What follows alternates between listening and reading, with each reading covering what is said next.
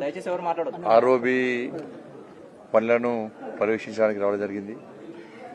సరే, ఇప్పటికే 2022 వరకే ఇది పూర్తి కావాల్సిందే.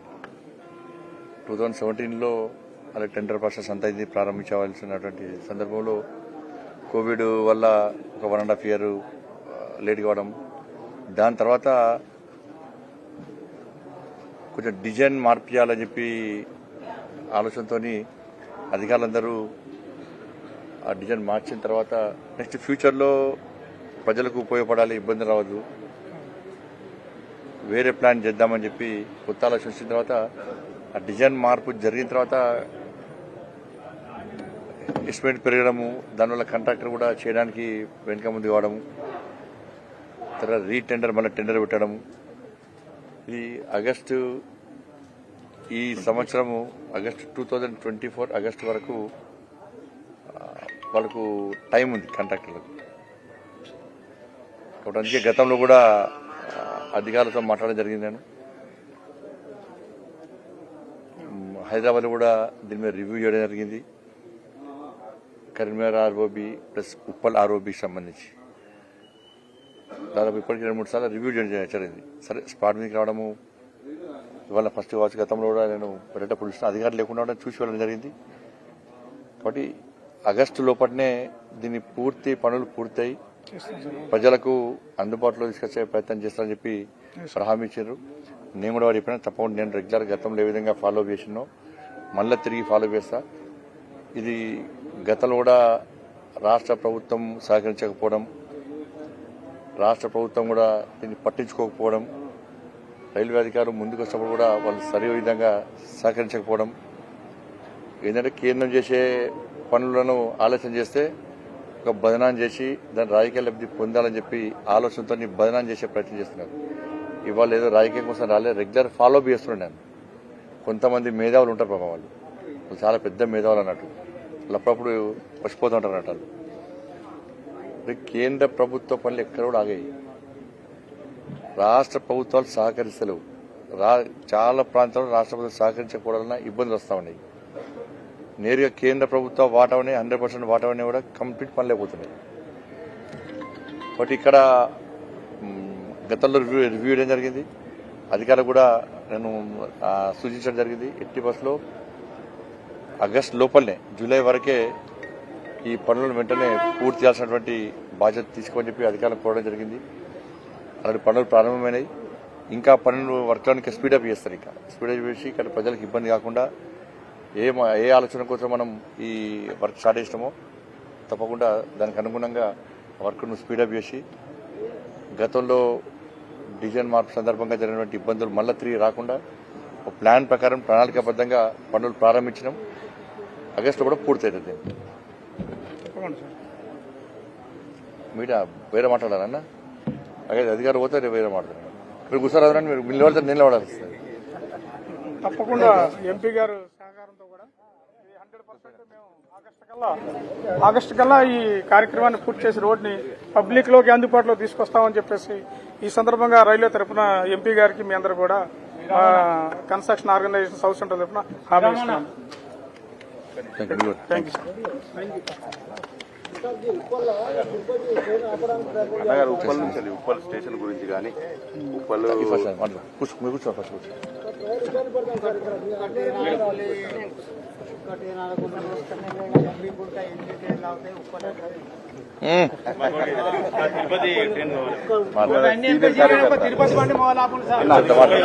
అన్నగారు తిరుపతి బండి ఆపే ప్రయత్నం చేయాలి.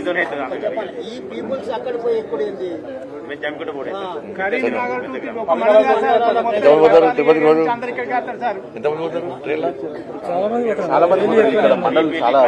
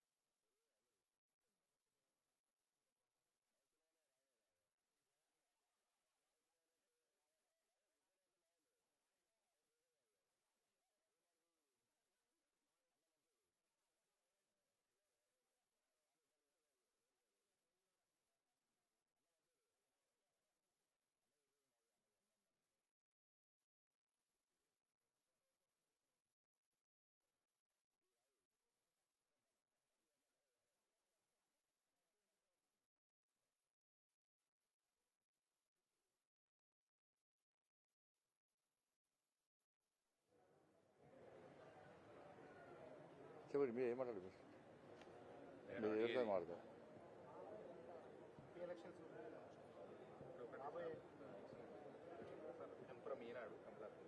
నిన్న మొన్న ఒక ట్విట్టర్లో మీ సమీప ప్రత్యర్థి మాజీ ఎంపీ అయినటువంటి వినోద్ కుమార్ గారు బండి సంజయ్ నిర్లక్ష్యం వల్లనే ఉప్పల్ ఆర్ఓబి అసలు పనులు అసంపూర్తిగా జరుగుతుంది, పూర్తిగా దీన్ని పట్టించుకోవడం లేదు, ప్రజలకు శాపంగా మారిందని ఒక ఆరోపణ చేశారు. ఇప్పుడు ఆయన ఇన్ని రోజుల ప్రభుత్వం ఆయనదే కదా, ఆయన ఏం బీకిండు మరి, ఆయన ఏం బీకిండు అంటున్నా. కరీంనగర్ ఆరోపి ఆయన నిర్లక్ష్యం వల్ల ఆగిందా మరి, ఈ కరీంనగర్ జగిత్యాల కరీంనగర్ వరంగల్ నేషనల్ ఆయన వల్ల ఆగిందా, ఆయన ఏం బీకిండు మరి, ఆయన పెద్ద మేధావి కదా, ఆయన చాలా పెద్ద మేధావి కదా, ఇది రాష్ట్ర కేంద్ర ప్రభుత్వాలు కలిసి కట్టడమే కదా, మరి రాష్ట్ర ప్రభుత్వం ఏం బీకింది అంటున్నా, ల్యాండ్ అక్విజిషన్ టైంకి ఎందుకు ఇవ్వాలి అంటున్నా. నేను 3-4 సార్లు రివ్యూ చేసిన దీని మీద, నువ్వు మొన్న నేను వస్తున్నా అని చెప్పి మొన్న వచ్చిపోతుంది, నువ్వు మొన్న మాట్లాడుతుంది ట్వీట్ చేస్తుంది, నేను వస్తున్నా అని చెప్పి నువ్వు ట్వీట్ చేస్తుంది, నువ్వు ఎన్నిసార్లు వచ్చినావు, ఏడికి వచ్చినావు, ఏడు తిరిగినావు, నువ్వు ఎంపినప్పుడు ఎక్కడికైనా తిరిగినా, ఇప్పుడు మీకు ఉన్నాడు ఎప్పుడైనా ఎంపీ ఉన్నప్పుడు ఎక్కడైనా వాళ్ళ కార్యకర్తలైన కూడా గుర్తుపట్టారు, ఆయన వాళ్ళ కార్యకర్తలైన గుర్తుపట్టాడు. ఇలా కేసీఆర్ కొడుకు మురిగినాడు సిరిసిల్ల, ఆయనకు బల్బు బాగా ఎక్కింది, కన్నకవరం తలకాయ ఎక్కింది బాగా, నోరు హద్దులో పెట్టుకోవాలి. బండి సంజయ్ హిందుత్వం కోసం మాట్లాడితే, ధర్మం గురించి మాట్లాడితే నేత మఠం పెట్టుకోవాలన్నట. మీ అయ్య బాగా తాగి ప్రజలకు అందుబాటులో లేకుండా ఫామ్ హౌస్ అన్నాడు, మరి మీ అయ్య బార్ పెట్టుకోవాలి. మీ అయ్య ముఖ్యమంత్రి పదవి ఎందుకు, ఏం పెట్టుకోవాలి, మీ అయ్య తాగి ఉండడానికి ఏం కావాలి, బార్ పెట్టుకోవాలి, బతకాలి. నువ్వు ఊకే తుర్కుల గురించి మాడతావు, హిందుత్వం గురించి వ్యతిరేకం మాడతావు, నువ్వు దేవుడు నమ్మవు, నువ్వు మసీదు కట్టుకో, మరి నువ్వు ఒక మసీదు కట్టుకో, నీ అయ్యే బార్ పెట్టుకోమని నువ్వు మసీదు కట్టుకో, టోప్ పెట్టుకో, గడ్డం పెంచుకో, నమాజ్ చేయి రోజు. ఏది పడితే అది మొగితే నీ ప్రభుత్వం ఉందని అహంకారం ఉండదు ఇంకా నీకు. ఇన్ని రోజులు తిరగలే మేధావి, ఇప్పుడు తిరుగుతాను మేధావి, ఆయన చాలా పెద్ద మేధావి, ఆయన ప్రపంచంలో ఆయన కంటే పెద్ద మేధావి వెళ్ళారు ఆయన. మేము పైసలు తీసుకెళ్తాను కొబ్బరికి ఓడిపోతాడు ఆయన, మేము ఏది తీసుకెళ్తా కొబ్బరికి ఓడిపోతాడు ఆయన. నేను మళ్ళీ అడుగుతున్నా, నువ్వు 10 సంవత్సరాలు ఏం బీకినావు మేధావి చెప్పు, ఈ మురుగటోడు ఏం బీకిండు. నీ 10 సంవత్సరాల్లో నువ్వు ఎంపీ ఉన్నప్పుడు నువ్వు పార్లమెంట్ బాగా మురిగినా, బాగా మాట్లాడితే రోడ్ వచ్చిందా మరేమన్నా, నువ్వు మాట్లాడితే ఆర్ఓబి వచ్చిందా, నువ్వు మాట్లాడితే రైల్వే స్టేషన్ అభివృద్ధి జరిగిందా, ఏం చేసినావు నువ్వు మాట్లాడితే ఉన్న 12B వచ్చిందా శాతం యూనివర్సిటీకి, నువ్వు మాట్లాడితే కరీంనగర్ వరంగల్ రోడ్డు స్టార్ట్ అయిందా, నువ్వు మాట్లాడితే పార్లమెంట్ మాట్లాడితే కరీంనగర్ ఎలికతుర్తి సిద్దిపేట రోడ్డు స్టార్ట్ అయిందా, నువ్వు మాట్లాడితే దేనికి ఉపయోగపడ్డది, కేసీఆర్ కుటుంబం ఆస్తులు పెంచుకోవడానికి, ఆస్తులు సంపాదించి పెట్టడానికి, బ్లాక్ మెయిల్ చేయడానికే నువ్వు మాట్లాడేందుకు ఉపయోగపడ్డది. ఆయన 1 లక్ష లెటర్ పెట్టినాడు ఆయన, ఎవరు మేధావి, ఓ టిప్పర్ లోడ్ అంత లెటర్ పెట్టిండు, కానీ టిప్పర్ అంతా మట్టి కూడా వేయలే. నేను ఏది తీసుకెళ్తానికి ఎవరు నేను లెటర్ ఇచ్చినా చూపడతాను ఆయన, నేను ఏది చేస్తే లెటర్ చూపడతాను చెప్తాను ఆయన.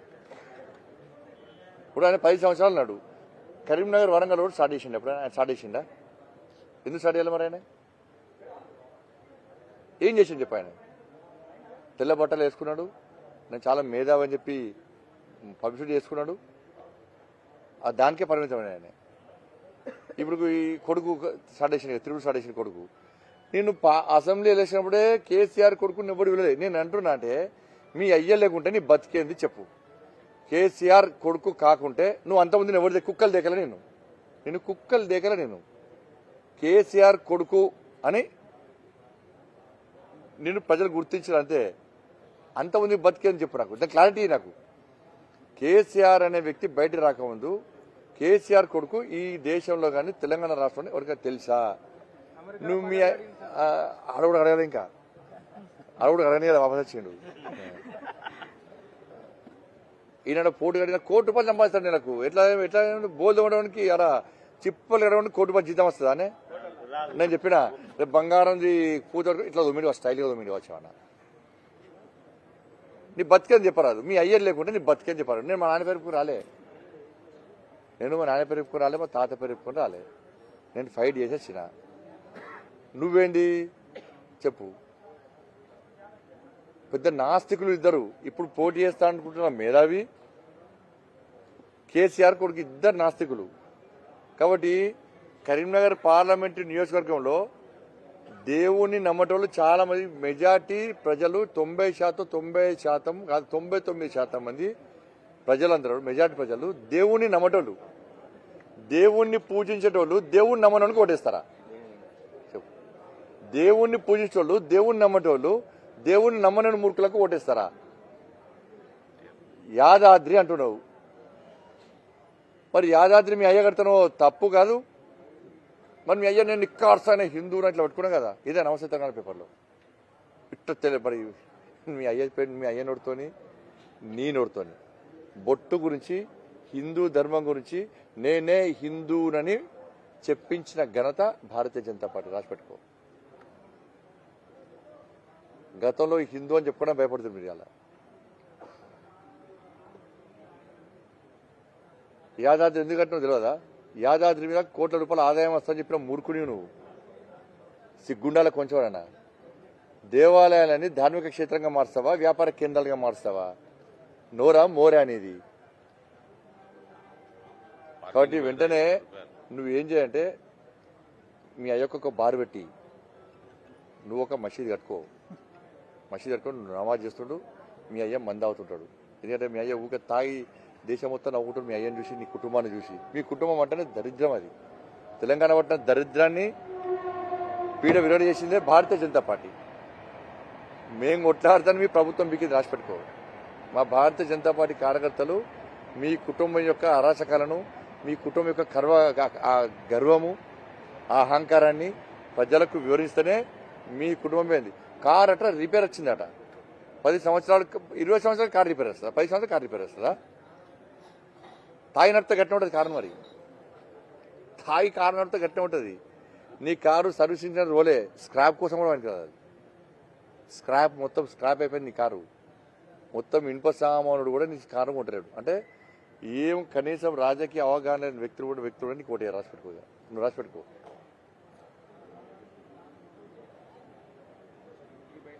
కారు తాగి నడిపింది కాబట్టి మొత్తం బ్రేకులు, లైనర్స్ అన్ని వికినాయి. కారు షెడ్ పోతే కూడా రిపేర్ కాని పరిస్థితి.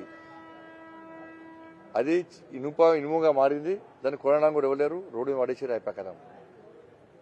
కాబట్టి ఏది పడుతుంది మాట్లాడద్దు. నీకు దమ్ముంటే గ్రామాల వారీగా ఏ గ్రామానికి ఎన్ని నిధులు ఇస్తావో నువ్వు ఫస్ట్ చెప్పు. మేము ఎన్నికల ప్రచారమే మాది అభివృద్ధి ప్రచారం. నువ్వు రాసిపెట్టుకో. ఎన్నికల ప్రచారమే అభివృద్ధి ప్రచారం. ఏ గ్రామానికి ఎన్ని నిధులు ఇస్తామో పక్కా చెప్తాము. ప్రజలను ఓట్లాడతాము. ప్రజలు ఓట్లేయడానికి సిద్ధంగా ఉన్నారు. గల్లీలో ఎవరున్నా కూడా ఢిల్లీలో మోడీ ఉండాలని చెప్పి ప్రజలు కోరుకుంటారు. కాబట్టి ఎట్టి బస్సులో ఈ తెలంగాణ రాష్ట్రంలో 10కి ఎక్కువ ఎంపీ స్థానాలు గెలవబోతున్నాం. నీకు ఒక్కడికి రాసిపెట్టుకో. BRS party 3rd place.